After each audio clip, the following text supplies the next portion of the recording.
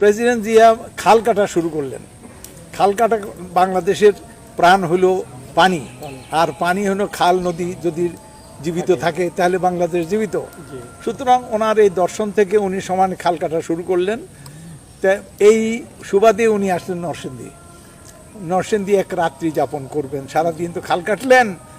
তখন খান-ই আলম খান ছিলেন আপনার কি বলে ঢাকা ডিভিশনাল কমিশনার। উনি আমার মহব্বত করতেন, আমার ফোন করলেন, হুজুর প্রেসিডেন্ট জিয়ার সঙ্গে আপনার দেখা করে দিই, তাহলে কাজ হবে আপনার মাদ্রাসা। তখন মাদ্রাসা আমাদের আলেম পর্যায়ে বোধহয় এসছে। তা কীভাবে হবে বলে, আজকে নরসিংদীর রাত কাটাবেন। তা ঠিক আছে, তা আমি গেলাম। প্রেসিডেন্ট জিয়া সুবহানাল্লাহ, ওনার বিনয় দেখলাম। মন্ত্রীরা সব বসা, সেক্রেটারিরা বসা, উনি নিজে উঠা ওনার রুমের দরজাটা উনি খুললেন গ্লাসের, আমাকে দেখছে। তা উনি দরজাটা খুলে আমাকে নিয়ে ওনার সামনে একটা চেয়ার বসালেন। আমি অবাক যে প্রেসিডেন্ট সাহেব অন্যরা করবে, অথচ উনি নিজে করলেন। বললেন যে আপনি কেমন আছেন? ভালো আছি আলহামদুলিল্লাহ।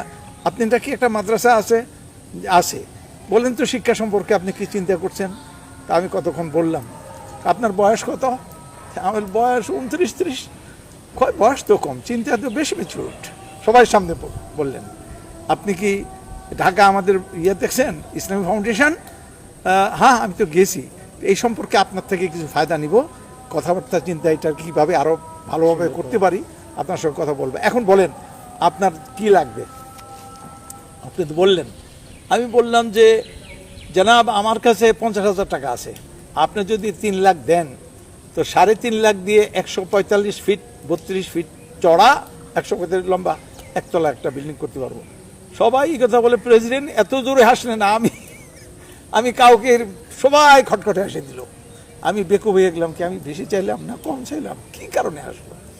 হাসি থামার পরে কয়, আপনি যে শিক্ষা সম্পর্কে এমন সুন্দর চিন্তা করলেন, কিন্তু আপনি টাকা এত কম চাইলেন কা? এত কম টাকায় আপনি করতে পারবেন?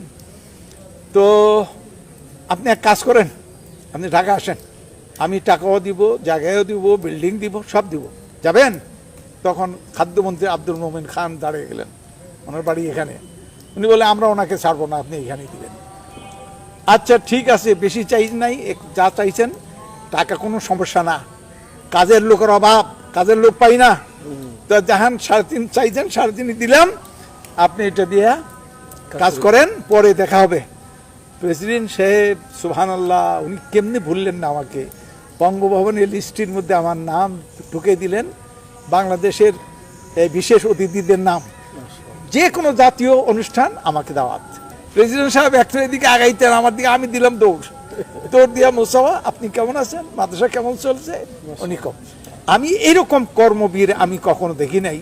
প্রেসিডেন্ট জিয়া সত্যিই তিনি এরপরে নরসিংদী আসছেন, বড় সভা করছেন। সেই সভাতে ওনার একটা কথা মনে আছে আমার। উনি বললেন, আমাদের বিদেশে কোনো প্রভু নাই, আমাদের বন্ধু আছে, আমাদের কোনো প্রভু নাই, আমরা কারোর পরোয়া করি না, আমরা স্বাধীন। প্রেসিডেন্টের এই সমস্ত কথাগুলি, এত সুন্দর সুন্দর কথা উনি বলতেন। কাজেই প্রেসিডেন্ট জিয়া এই জন্য আমার কাছে খুব প্রিয় ছিলেন, যেহেতু উনি কর্মপীঠ ছিলেন।